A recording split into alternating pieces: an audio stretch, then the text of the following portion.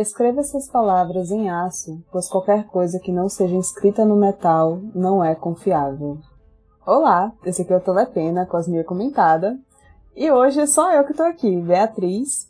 Eu vou comentar os primeiros 25% de O Poço de Ascensão, da nossa leitura coletiva.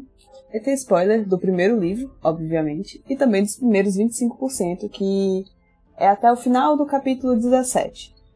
E assim, eu não sou muito uma pessoa de ler, né, a introdução que o autor faz antes de começar, de fato, a contar a história, mas eu tô aqui lendo a introdução do Brandon, né, tô achando muito interessante, né, que ele fala assim, que esse foi o livro mais difícil que ele escreveu. Observação, essa introdução aqui, né, esse prefácio, ele escreveu para a edição especial de Mistborn, edição Leatherbound, que foi lançada 10 anos depois do lançamento de Mistborn, ou seja, quase 10 anos atrás já. E ele escreveu no momento que ele já tinha mais livros, né, assim, na carreira dele já lançados, né, por exemplo, já tinha lançado Caminho dos Reis, né, Warbreaker também, se não me engano já tinha começado a Segunda Era também, enfim. Enfim, ele fala que O Poço de Ascensão foi um dos livros mais difíceis para ele escrever, porque foi a primeira vez que ele teve que escrever o segundo livro de uma série. Porque apesar de que, antes dele ser publicado, ele tivesse escrito muitos livros, e isso dava uma confiança para ele, né? Ele disse que escreveu 14 livros antes de ser publicado, né? Porque a primeira publicação dele foi Elantris. Poço de Ascensão foi o livro mais difícil dele escrever. E que, na verdade, era a história que ele queria contar. Que é a história da queda de um governo, né? De um governo ditatorial, assim, digamos. E assim, ele diz assim, né? Todo mundo escrevia histórias sobre derrubar o império. Mas eu raramente via uma história sobre revolucionários forçados a se tornarem políticos. O que acontece depois que se derruba um governo? Construir alguma coisa é sempre mais difícil do que demolir alguma coisa. Esse é o livro em que realmente encontrei tempo para mergulhar nas motivações dos personagens e obrigá-los a encarar algumas questões difíceis. Qual é a linha entre a segurança e a liberdade? O que você faz quando seus ideais te decepcionam? O que você faria se passasse de fora da lei para agentes da lei? Não, e ele ainda conclui dizendo assim: de algumas maneiras foi fácil para Kelsier, em Mistborn, falar de esperança. Esse é o livro que nos recorda que tal sentimento e ideais elevados às vezes têm um preço. A expectativa vai se criando. Gente, tô sentindo que eu tô indo pela primeira vez, até parece, né, que eu não sei o que vai acontecer. Enfim, é isso aí.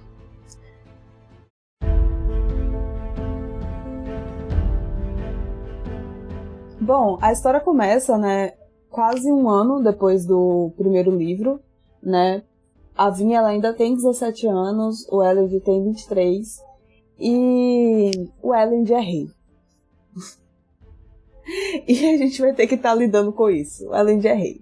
O Elend, ele escolhe, né, fazer um governo no forma de monarquia, só que com uma assembleia. Essa assembleia sendo elegida pelo povo para ter seus representantes. E o diferencial, assim, é que ele verdadeiramente busca dar voz ao Scar, né? Ao povo Scar, né? E, como a Vin fala diversas vezes, assim, muitas vezes mesmo, Elend, ele é um homem bom. E aí que a gente vê isso, né? Os ideais do Elend sendo retratados nessa monarquia. E a história começa porque o Elend recebeu notícia. No caso, ele está vendo, contemplando o horizonte, que o pai dele, depois de fugir de Luthadel com a queda do seu soberano, resolveu voltar para tomar a cidade. E está com um exército gigante nos muros da cidade.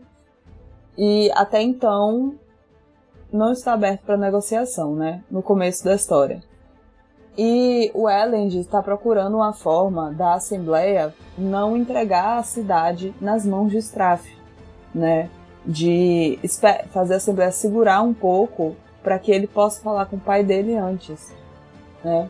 E assim, eu já vou ir fazendo comentário assim, do arco inteiro do Elend nesses primeiros 25%. O Elend, ele monta uma estratégia, no caso, uma estratégia de ir negociar com Straff e tudo. E ocorre a Assembleia de fato, né? E essa Assembleia, você percebe claramente que, primeiro, o Elend não é respeitado quanto um monarca. Ele coloca a ideia dele e a ideia dele só é validada quando um outro cara da Assembleia fala assim, não, porque eu concordo. E aí os outros começam a cogitar a ideia do Elend. Então ele claramente não tem moral nenhuma. Ele é meio que um rei de enfeite, tá ali só ocupando o lugar mesmo. Porque as pessoas não respeitam ele. Desde o Scar até a nobreza de onde ele veio, né? Isso, assim, faço das palavras da diva Tindril as minhas, sabe? Ele não tem postura de rei, ele não age como rei, ele não tem ideais de um rei, sabe? Ele não tem a autoridade de um rei. E ele meio que foge disso. Porque ele acha que ele não é nada demais, porque ele realmente não é nada demais. Só que ele precisa ser para ser um rei e para governar a luta da forma que ele quer. Porque, como a Vin fala, muitas vezes, ele é um homem bom.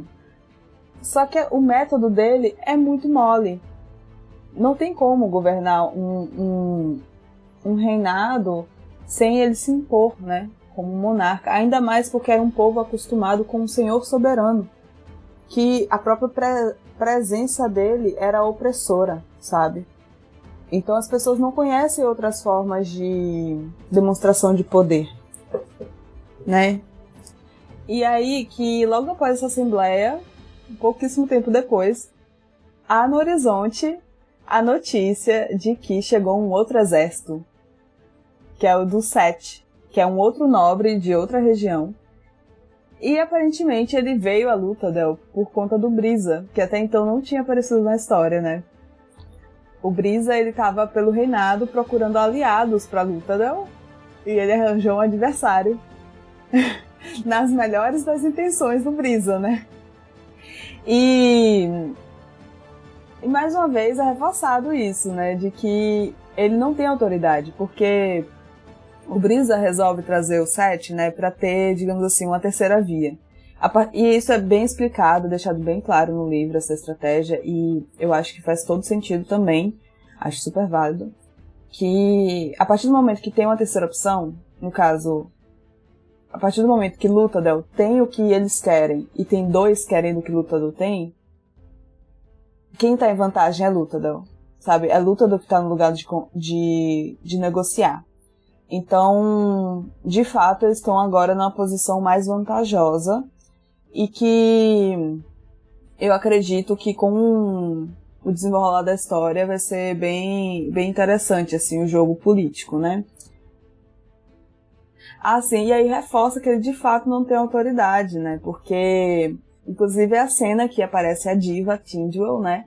Que é feita uma reunião após a chegada do exército do Set com a trupe, né? E a trupe, tipo, a maior parte deles tem uma boa relação com Elend, acha ele um cara legal, né? Só o Dockson que não gosta dele, mas de forma geral o pessoal acha ele legal, pelo que eu percebi, né? Só que eles não veem ele como uma autoridade, sabe? Eles começam a reunião antes de chegar, por exemplo. E aí ele começa a explicar as coisas, eles têm sempre aquele tom de tipo, ai, você é tão ingênuo, sabe? Ou o tom de não sei se é capaz, até quando ele dá a ideia usada que eles acabam gostando, que é tipo assim, de tentar rivalizar o Set, quer dizer, o Set e o Straff para que eles saiam por cima, né? Até quando ele dá essa ideia, existe um tom ali de tipo, poxa, mas você não é o Kelsier, né? Você consegue ser usado que nem o Kelsier.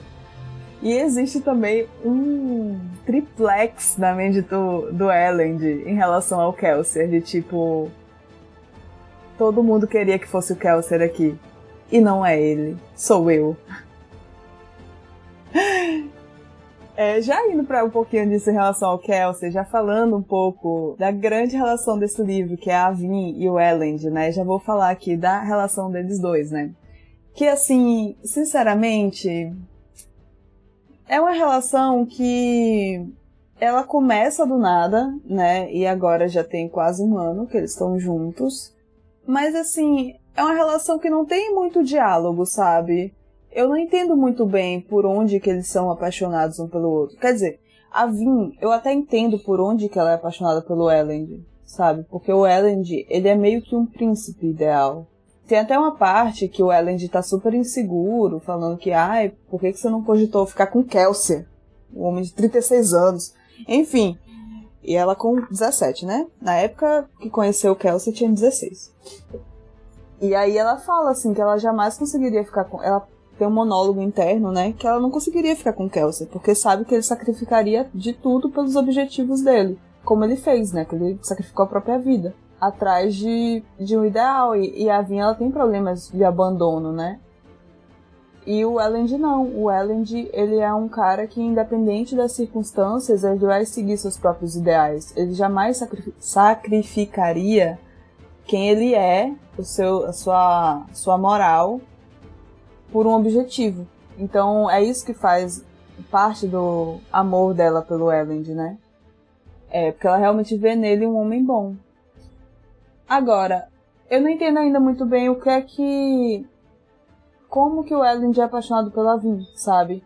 Não que não haja motivos, mas porque pra mim ainda não está claro. E eu não acho que vai ficar mais claro também. Porque...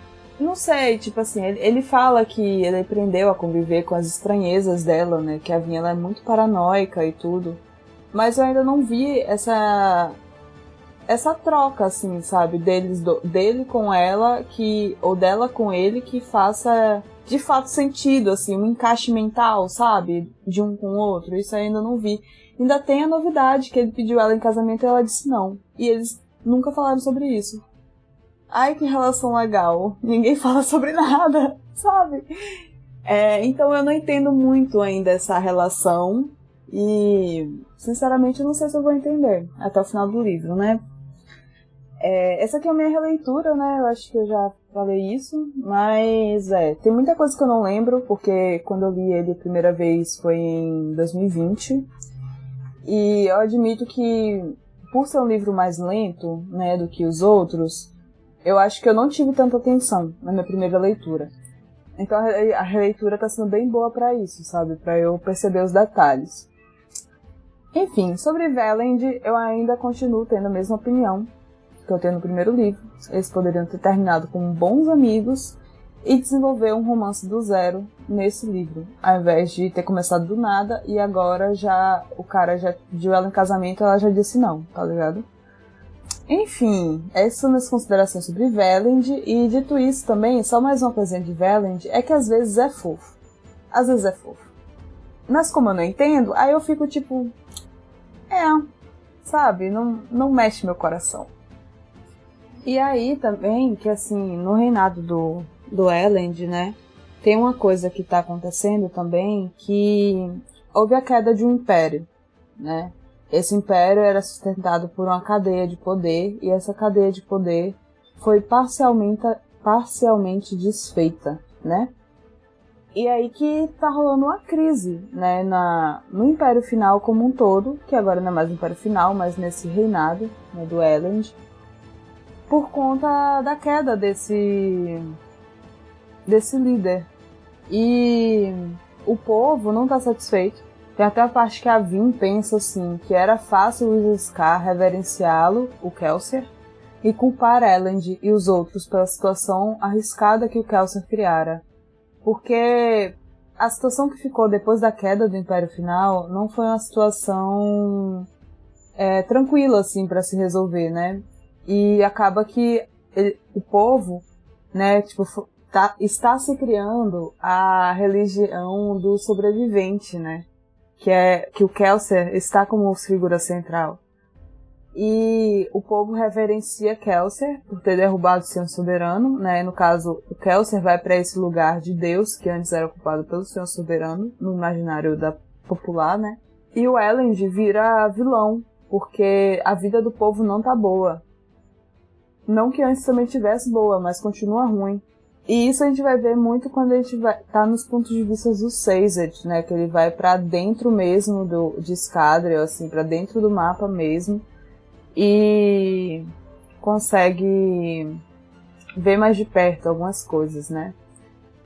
E tem também um conflito, assim, do Elend, né? Que ele fala assim, ele com ele mesmo, né? Elend se perguntava se o Senhor Soberano tinha razão, não em oprimir o povo, claro, mas ao centralizar todo o poder nele mesmo. O Império Final era estável, disso não havia dúvidas.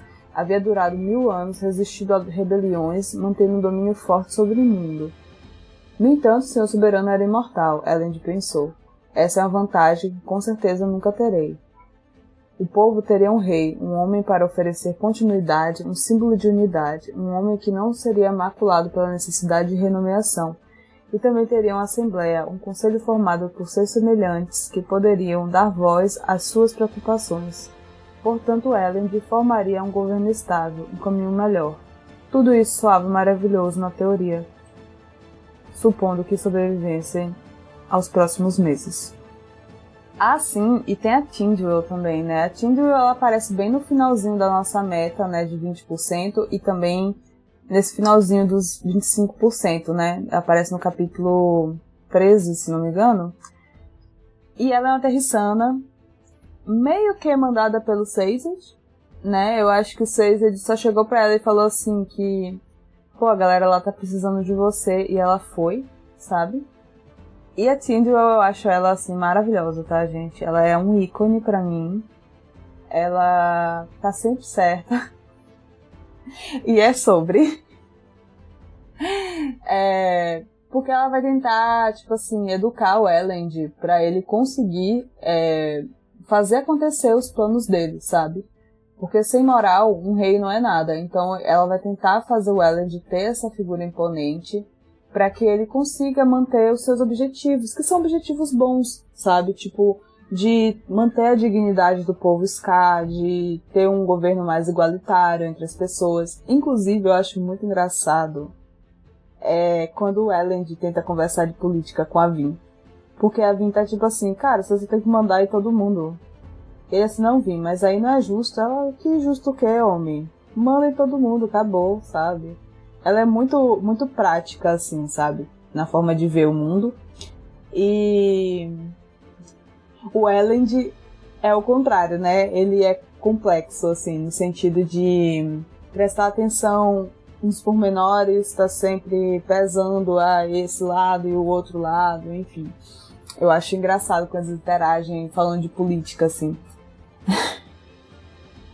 Porque a Vin, sinceramente, sabe aquela trend que tá tendo?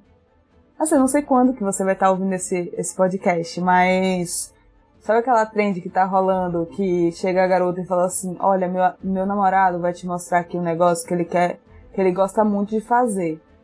Seja legal com ele, tá? E aí a garota fica atrás com um olhar ameaçador pra câmera, enquanto o namorado tá na frente, todo felizinho, mostrando qualquer coisa que ele goste. Então, essa é a Vin com o Elend Rei. Era isso que a Vin queria estar fazendo. Chegar assim pra Assembleia, olha, é o seguinte, esse aqui é meu namorado, tá? Se vocês não prestarem atenção, eu vou descer a porrada em todo mundo sim. Então tratem de ser legais com ele, tá? E ela fica atrás, boladona, enquanto ela tá aqui brincando de ser rei. Falando, então, gente, o que vocês acharam? Vamos lá, Assembleia, diz aí. E se a gente tentar dialogar com o Straff, tal. E a Vin atrás, boladona, assim, olhando pra galera, sabe? Era isso que ela queria fazer. Mas, né? Ele já tem pouca moral, se ele ainda meter essa, aí realmente vai por água abaixo. Enfim, a Tindwyl, ela tá sempre certa, né? E aí eu gostaria de destacar aqui uma parte que, naquele momento que ela reforma o Elend, né? Bota uma roupa direita nele, né? Diz que não, você não vai mais usar camisa de botão, não. Você vai ter que fazer essa barba, cortar esse cabelo. Não, menino, você não vai mais poder usar essa alpercata, né? Aí bota ele no uniforme. Então, aí ela fala assim, o bastante para enganar o povo por hora, ao menos. Enganar o povo? Ela que perguntou, né? Claro, não achou que era apenas isso, achou bem. Tindall ergueu uma sobrancelha. Umas poucas aulas e acho que já está pronto? Mal começamos, ainda é um tolo Elend Venture. Apenas não se parece mais com um. Felizmente, nossa farsa começará a reverter o dano que causou à sua reputação. Diva! Enfim. Salva de palmas pra Tindall, gente. Toda vez que ela aparecer macetando o Elend, saiba que eu estarei de pé, batendo palmas.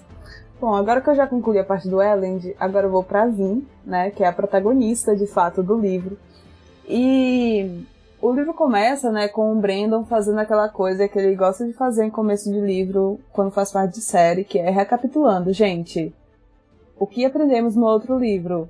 Aí tem aquele momento que a Vin é encurralada por uns assassinos que, ao que tudo indica, foram enviados pelo Seth, inclusive, que já tá lá do lado de fora de Luthadel, né? Mas nesse momento ele não tava ainda. Tentou encurralar a Vin pra assassiná-la, talvez pegar o Elend, enfim. E ela vai lutar com esses alomânticos, né? E nessa luta ela gasta esse último frasco de Aetion. Sim, o Brandon ele faz todo o tutorial novamente de como funcionam os metais, né? O puxa, empurra, inflama, diminui, parará, piriri, essas coisas todas. Ele refaz todo o tutorial, né? E também tem algumas coisas que são apresentadas bem nesse comecinho, né? Primeiro, o Vigilante. É uma figura misteriosa que depois a gente descobre que é o Zane, né? A gente descobre isso no capítulo 17 mesmo, que é o último dessa que eu vou estar comentando aqui, então eu não vou falar muito dele ainda. Mas descobre que é o Zane e que ele trabalha pro Straff, né? E ele é um alomântico que ele tá ali por Luthadel já tem um tempo. No caso é o Nascido da Bruma, ele, né? E ele e a Vin já tiveram algumas lutas, mas parecem estar tendo uma relação meio que, tipo, amigável, assim, sabe? Tipo, a gente luta quando tá afim, mas aí você fica aí me olhando, eu fico te olhando, é isso aí. Com a Vin tendo gasto o último frasco de Aetion que ela tinha, né? Isso é uma preocupação, porque eles não conseguiram achar a reserva de Aetion que eles achavam que ia encontrar em Luthadel, né? Para poder manter a economia. E por isso também que o reinado do Elend está em crise, conforme falei, né? Porque o seu soberano, ele tinha essa reserva, só que ninguém sabe onde que está. E é por isso que o Straff também quer tomar Luthadel, né? Porque eles acham que tem essa riqueza lá dentro. Mas na verdade não tem, eles não acharam. A Vin, ela tá tentando descobrir novas ligas metálicas, né? Porque ela tá meio assim, encucada com isso, porque ela sabe que os metais, eles sempre vêm em pares, né? São 4 metais básicos e suas ligas metálicas, né? Mais o Aetion e o ouro. Só que eles descobriram o 11º metal. Então a conta não fecha, porque tem que estar em pares. Então a Vin, junto com um cara que já trabalhava para nobreza, né, de Luthadel, fornecendo metais alomânticos, né, para nobreza, ela tá tentando descobrir uma nova liga metálica e esse cara dá um duralumínio para ela, que é uma liga que contém alumínio, né, em sua composição principal. E aí que ela de início não sabe o que é que esse metal faz, até que chega um momento que ela queima o alumínio junto com outro metal. E aí ela percebe que intensifica a ação daquele metal e faz aquele metal queimar mais rápido também. Ainda veremos como que ela vai utilizar isso ao longo do livro, tá? Mas aí também tem uma outra coisa nesse comecinho do livro, né? Que a Vin, ela começa a ver uma figura meio que feita de brumas, assim, que ela tá queimando bronze e ela sente um pulsar. E quando ela segue esse pulsar, ela se encontra com essa figura. Que é tipo uma figura humana, só que ela é feita de bruma, no meio das brumas. E ela fica tipo assim, meio assustada, né? Porque essa coisa de fantasma não é uma parada comum, assim, em Scadrial, né? Então ela não sabe o que é. Não que seja um fantasma também, né? Suas feições eram turvas e vagas, traçadas pela agitação caótica da bruma, soprada pelo vento. Se não fosse pela persistência da forma, ela a teria ignorado.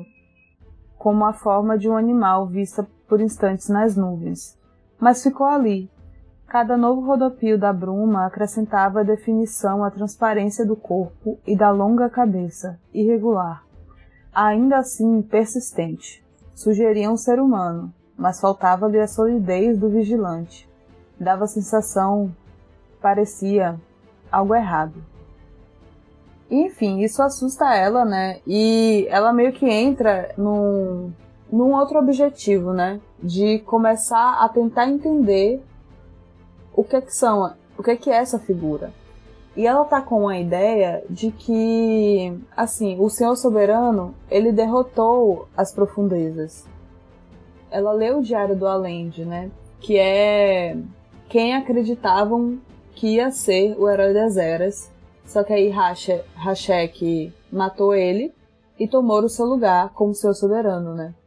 Então, lendo aquele diário, ela viu, né, trechos dele falando das profundezas, como que a profundeza se comportava. Só que ela não tem muita informação quanto a isso. E ela começa a achar que talvez essa figura que ela está encontrando seja uma expressão das profundezas. E também tem esse momento, né, que ela vai perseguir, já no segundo momento, essa figura, né, que ela sente esse pulsar fraco com bronze, e ela vai atrás. E aí, quando ela encontra a figura, ela sente uma coisa muito estranha, assim, né? Primeiro que ela chega à conclusão de que alguma coisa de alomancia está relacionada. Porque ela pode sentir ele usando o bronze, né? Que o bronze, ele aumenta a percepção do nascido da bruma para poderes alomânticos, né? Ela percebe, através do bronze, consegue perceber que se tem alguém queimando metal ao redor, né? Então ela consegue perceber ele com um bronze, o que significa que, seja o que for, existe alomancia ali. E ela fala, e a alomancia atrai a bruma, né? Até porque ela viveu aquele momento muito peculiar no final de Mistborn, que ela utiliza as brumas para alimentar a alomancia dela, né? Então isso aí é uma coisa que ela já sabe até na prática, assim, né? E aí que ela sente algo agarrando o braço dela, e ela diz que é algo frio, algo terrível, mas muito real, e que uma dor atravessou sua cabeça, movendo-se como se entrasse pelo ouvido e invadisse a mente. E ela, tipo assim, tem uma reação muito forte a isso, e depois ela volta para casa, né?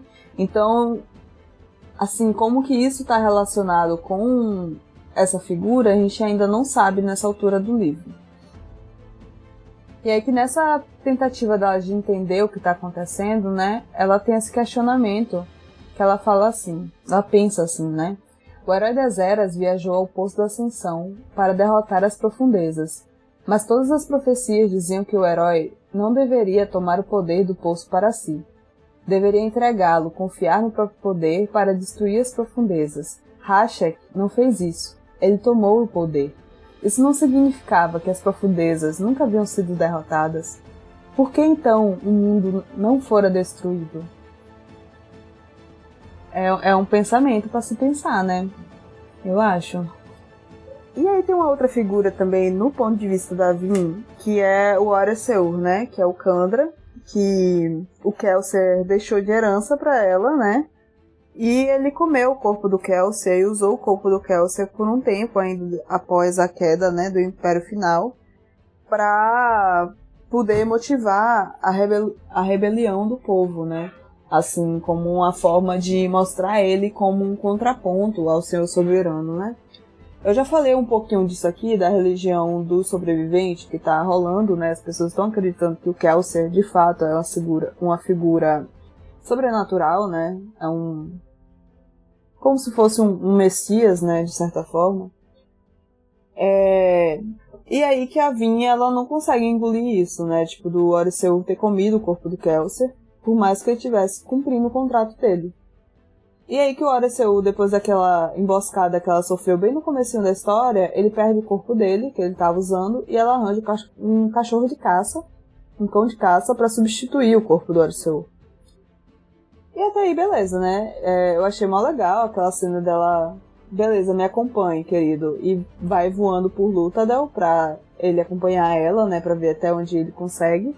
Porque o Elend também tá muito preocupado com ela e quer que o Arceu sirva como... assim, um guarda-costas, em partes.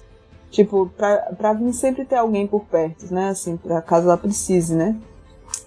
E aí tem toda aquela parada que ele consegue guardar os metais dentro do couro dele, sabe? Tipo, abrir um pedaço de pele, assim, guardar o metal dentro. Achei isso maneiro pra caramba.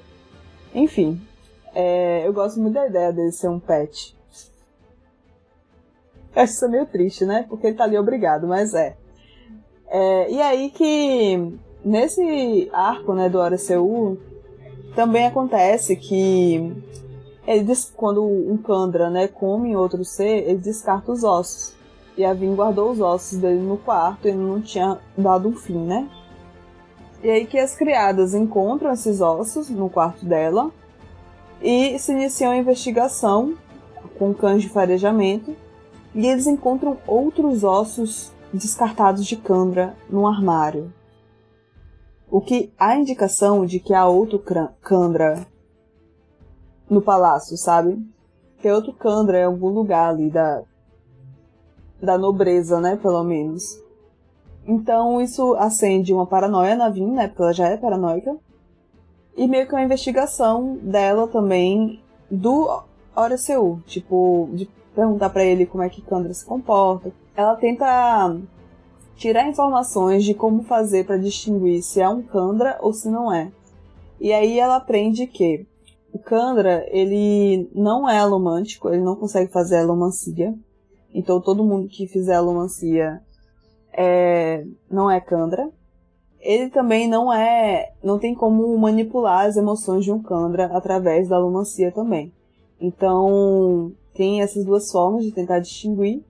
Eu acho interessante essa interação que ela tem com o Arceu, porque ela não respeita muito ele, sabe? Ela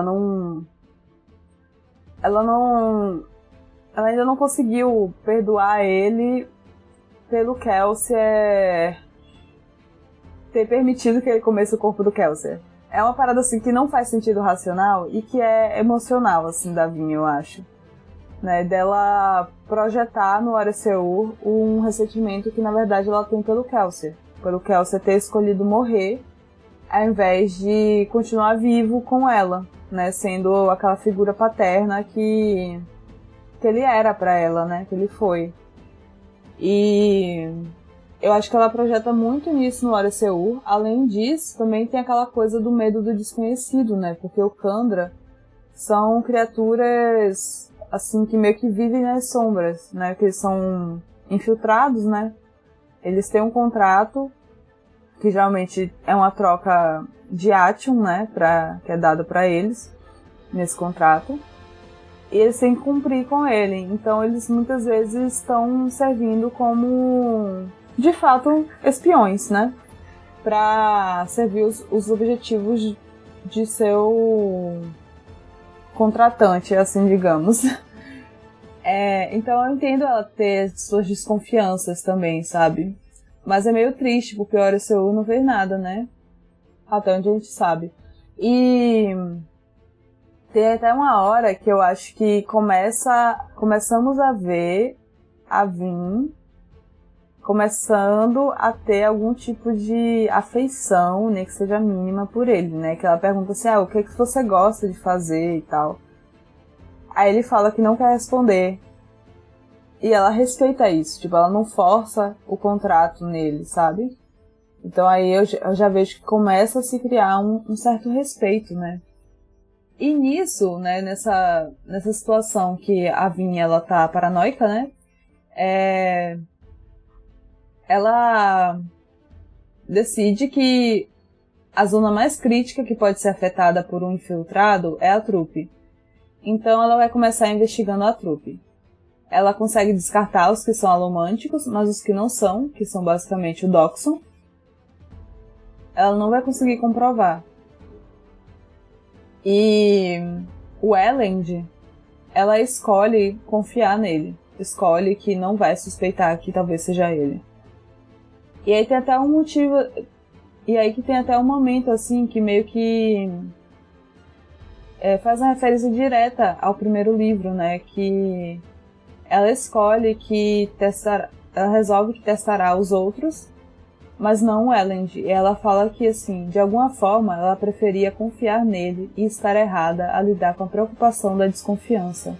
Finalmente entendi, pensou surpresa. Kelsier, entendi o que amar significava para você. Não vou cometer o mesmo erro. Então, né? Ela tem algum crescimento dentro disso, né? Algum crescimento emocional. Sobre a Vin, né? Eu tenho até gostado de acompanhar ela, tá? Nesse começo. Eu percebo que ela tem ainda muito potencial de crescimento, né? Quanto personagem. E que ela vai... Assim, na verdade eu sei que ela vai viver alguns conflitos, sabe? Nesse livro. Ela vai viver alguns conflitos internos que... Não sei se vai ser tão divertido quanto foi da outra vez, né? Porque da outra vez foi meio ruim. E aí que, assim, a Vin, ela tem esse vigilante, né? Que é o Zane, que a gente descobre no capítulo 17. Que é um cara que tá servindo ao staff. E aí que... Aparentemente... Ele tá muito preocupado com a Vin, né? Ele começa com uns papos de... eles usam você... você aceita ser escrava deles... Tá muito preocupado com a Vin, né? E... Enfim, eu não sei se eu vou gostar do Zane nessa releitura. Não sei, vamos ver. Mas ele fala assim, né? Amam você? Me diz uma coisa. Eles conseguem entender você, Vin? E um homem pode amar algo que não entende? Ele tá preocupado demais com a Vin. Tipo, eles estavam só fazendo umas trocação, sabe? Eu não sei o que aconteceu aí nesse meio tempo. Trocação de murro, tá, gente? Mas tipo, aparentemente ela tem como hobby agora lutar contra o Zane. E ela escolhe não falar pro Elend que o Zane é o nascido da Bruma que ela tem visto rondar Luthadel já há um bom tempo. Ela realmente escolheu não falar pra ele. Então, eu acho que tem alguma coisa aí, né? Vamos ter que estar observando. E, enfim, né, eu acho que o arco da Vin é promissor, tipo, eu tô gostando dela bem mais na releitura do que eu gostei na minha primeira vez que eu li, né, e é isso. Eu acho que o Brandon, ele faz muito bem, assim, nesses primeiros 25% de apresentar todos os conflitos, todas as problemáticas, os mistérios que esse livro vai ter, sabe? Que são a questão política do Elend, a questão emocional da Vin, dela se entender quanto pessoa, né? Porque ela também ainda vive aquela coisa de tipo, eu gostava dos bailes, mas agora eu sou só uma ferramenta, né, de luta e pá, e aí que ela vive ainda um certo conflito entre ser a Valete e a Vin, né? Ela ainda tá entendendo quem que é a Vin. Então tem esse conflito interno da Vin. Tem a figura que aparece nas brumas, que é um mistério. Tem o vigilante Zane, que é outro mistério também, né? E tem as coisas do Sazed, que eu vou entrar agora. Eu admito que é meu arco favorito desse livro, né? O Sazed maioral, continua sendo maioral. Bom, o Sazed começa a história dele nesse livro, ele tá no interior, assim, de Scadrial, né? Na parte das plantações e tudo. E começa com ele vendo um Scar sendo meio que sufocado pelas brumas. No caso, ele tá ouvindo um relato de alguém falando que o Scar foi sufocado pelas brumas, assim. E tá acontecendo assim um fenômeno muito estranho para as pessoas de Scadrial, que as brumas estão saindo durante o dia, que antes da morte do Senhor Soberano, ela só estava ocorrendo à noite. E agora ocorre durante o dia e ainda tem essas mortes espontâneas. O camponês ele descreve assim: a bruma rodopiou em volta dele um pouco, daí ele começou a tremer e se contorcer, como se uma coisa muito forte estivesse o segurando e balançando. Ele caiu, não se levantou mais. E o Sazed, né, ele vive meio que um conflito, assim, em partes, né? Porque ele vê a miséria que se tornou o interior, né, de Scadrial, porque o Império Final caiu, então o ser que mantinha a ordem, ele não está mais presente, existe ainda, de certa forma, um vácuo de poder, e os nobres começaram a fazer o que estavam a fim de fazer, né? E isso, de fato, piorou a vida de muitas pessoas do Império Final, né? E aí o Sazed tem uma parte aqui que eu acho que retrata bem esse conflito dele aqui, que ele fala assim: era difícil acreditar que alguma coisa pudesse ser realmente pior que a opressão do Senhor Soberano. Sazed disse a si mesmo que a dor daquelas pessoas passaria, que algum dia elas conheceriam a prosperidade graças ao que ele e os outros tinham feito. Ainda assim, ele vira camponeses forçados a massacrarem-se uns aos outros, vira crianças morrendo de fome, porque algum déspota havia requerido, entre aspas, o suprimento inteiro de comida da vila. Vira ladrões matarem livremente porque as tropas do Senhor Soberano não mais patrulhavam os canais. Vira o caos, a morte, o ódio e a desordem, e não podia deixar de reconhecer que parte daquilo era sua culpa. Então ele vive esse conflito, assim, de fazer parte da força que tirou o Senhor Soberano do poder que ele tinha, no caso que matou o Senhor Soberano, e que causou tanta desordem a curto prazo dentro do reinado, né? Porque com um vácuo de poder se sai também a ordem e acontece tudo isso que ele falou. Ao mesmo tempo, né, que a gente percebe no primeiro livro, né, que a trupe trata o Senhor Soberano como um líder, né, assim, como um ditador, né, como um governador, né, uma figura política, assim, digamos. Mas a visão que muitos têm do Senhor Soberano é dele como uma figura religiosa, ele como um deus, né? Então, dentro dessa peregrinação do Sazed, né, que ele está querendo levar o conhecimento que por tantos anos ele acumulou de religiões e tudo mais, para o povo, dentro dessa peregrinação, ele vê que as pessoas entendem que foram abandonadas pelo Senhor Soberano. No caso, abandonadas pelo Deus delas, né? E não veem o que aconteceu em Luthadel como a queda de um regime político, né? Vem como um abandono. E aí o Sazed vive esse conflito, né? E aí também tem uma parte aqui que eu também acho que retrata bem, né? Que ele fala assim: os guardadores passaram 1000 anos reunindo e memorizando as religiões e a extinção do mundo. Sazed pensou: quem teria pensado que agora, com o Senhor Soberano morto, as pessoas não se importariam o suficiente para querer de volta o que haviam perdido? Pois é. E aí que ao mesmo tempo ele também meio que tá em conflito, porque ele tá nesse lugar de guardador, né, de levar o conhecimento para as pessoas.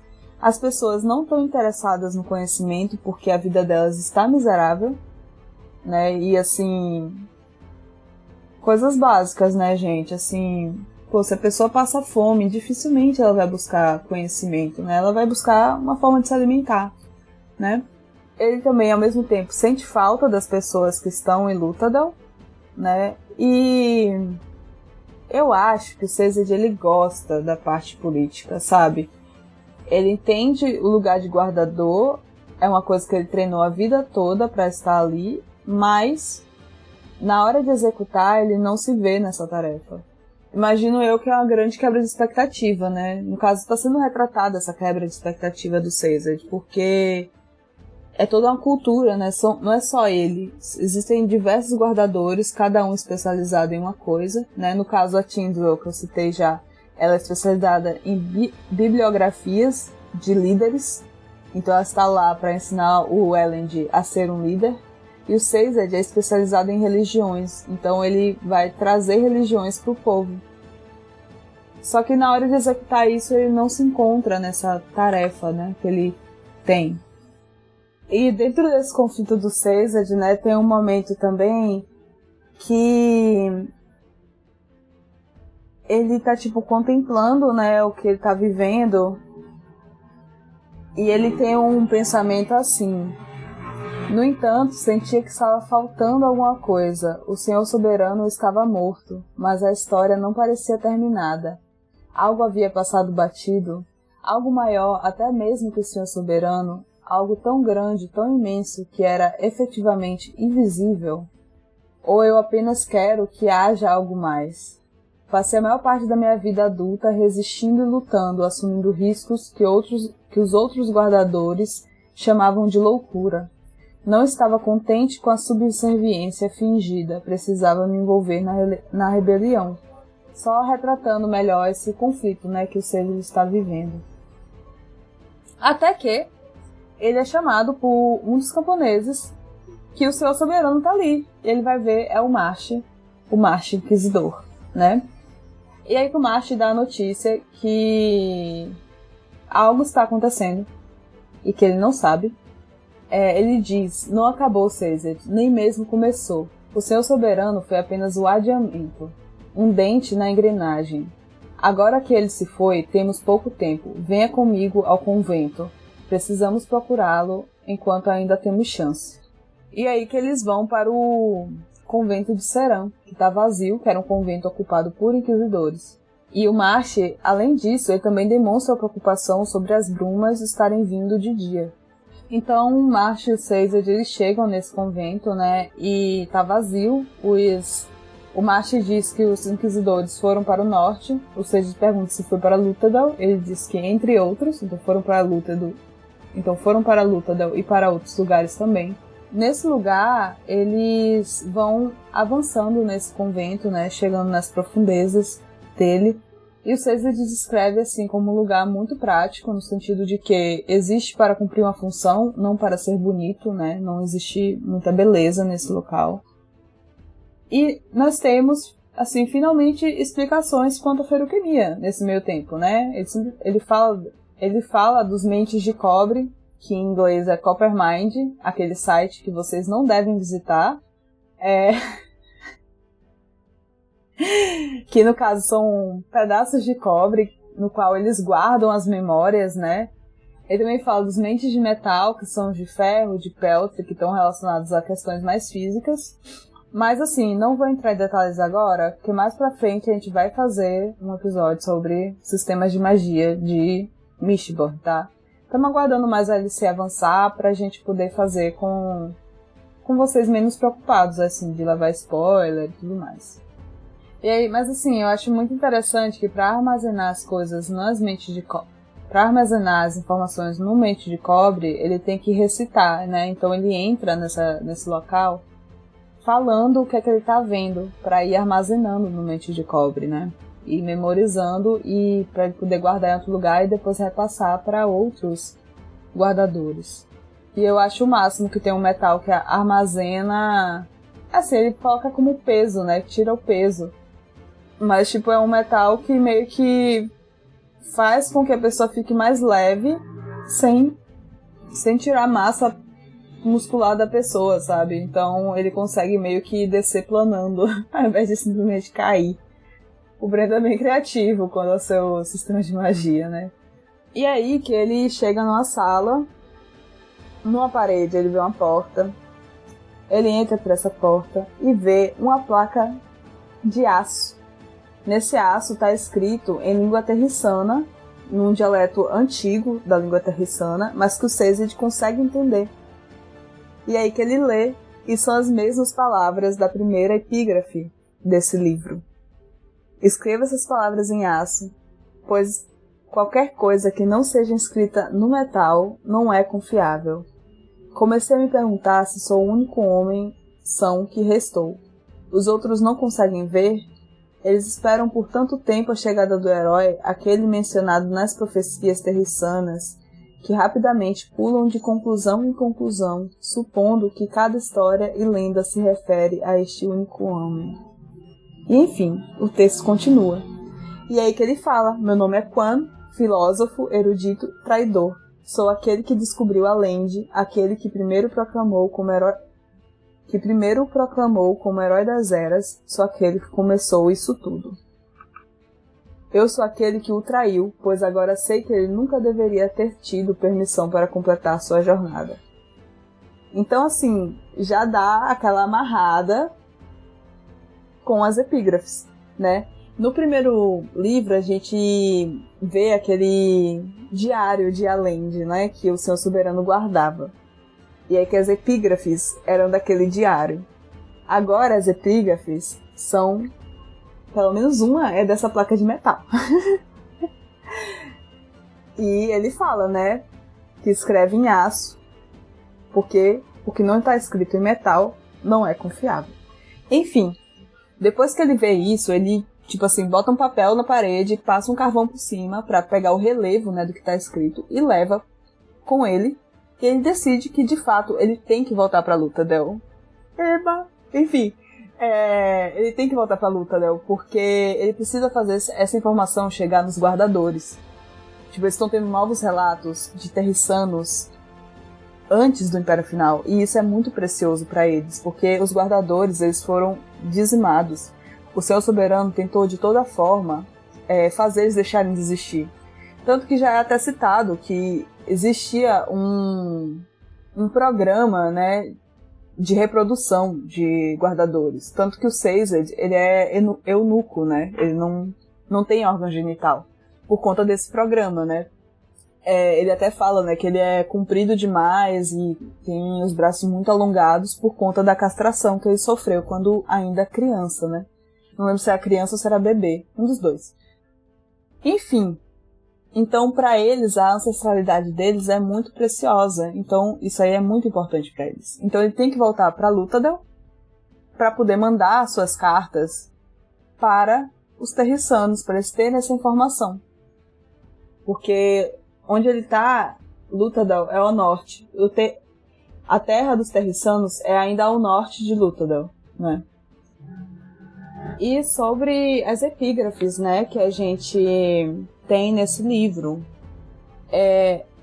a gente vai meio que montando um quebra-cabeça com elas, né? A gente no outro livro viu o Diário de Allende, que é quem deveria ter sido o herói das eras e não foi, porque o Hashek o assassinou no último momento e tomou o seu lugar, né, assim, pegando o poder para si e depois se tornando o seu soberano, né?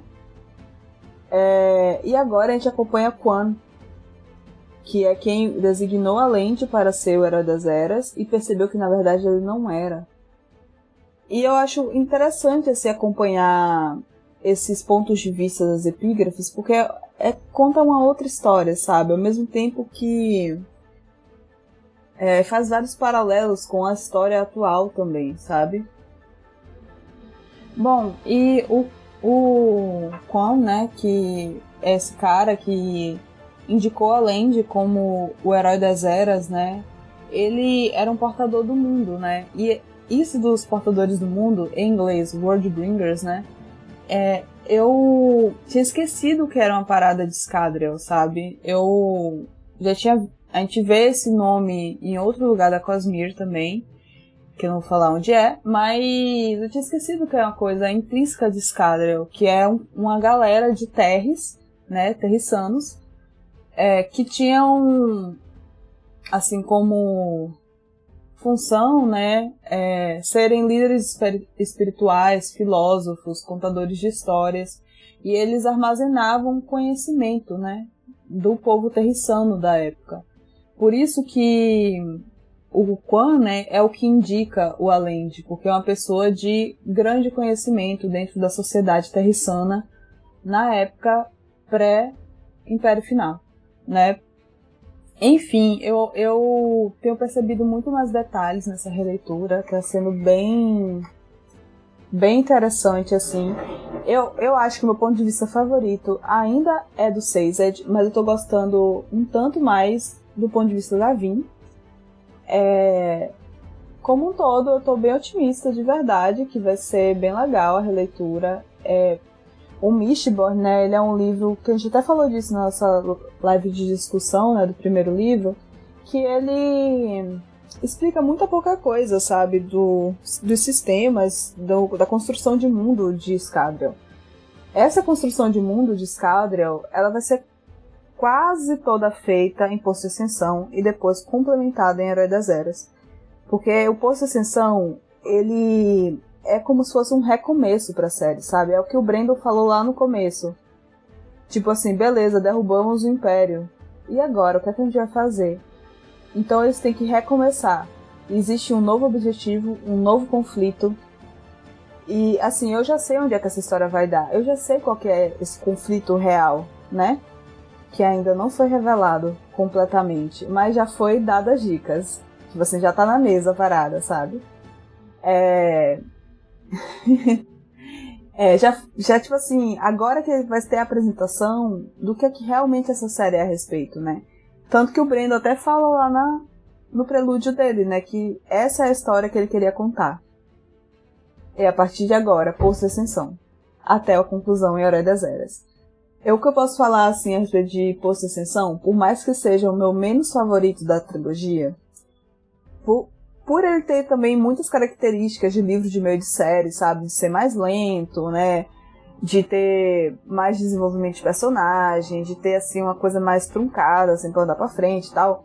Mesmo com tudo isso, eu acho que ainda é um livro bom, sabe? Tipo, o que nos é apresentado é interessante, a gente consegue chegar até o final, né? Isso é importante, chegar até o final. O final é muito bom, né? Ainda bem, né? Porque... né? Ainda bem que o final é muito bom, porque o livro é um pouco devagar e, pô, chegar no final e o final ser mais ou menos, aí é chato, né? Mas o final realmente é muito bom, e pra mim não foi um favorito, mas pode ser que seja pra você, sabe? Tem pessoas que gostam muito de Poço de Ascensão. Mas eu acho que é muito livro meio de série e que a tendência é crescimento, sabe? Tipo, ele vai começar de um jeito mais devagar e tudo, mas vai melhorar no final e Herói das Eras é ainda melhor. Então, se você estiver lendo, vai falando aí o que é que vocês estão achando dessa leitura, tá? Se for releitura, o que é que você está pensando da releitura. O que é que você acha que vai acontecer?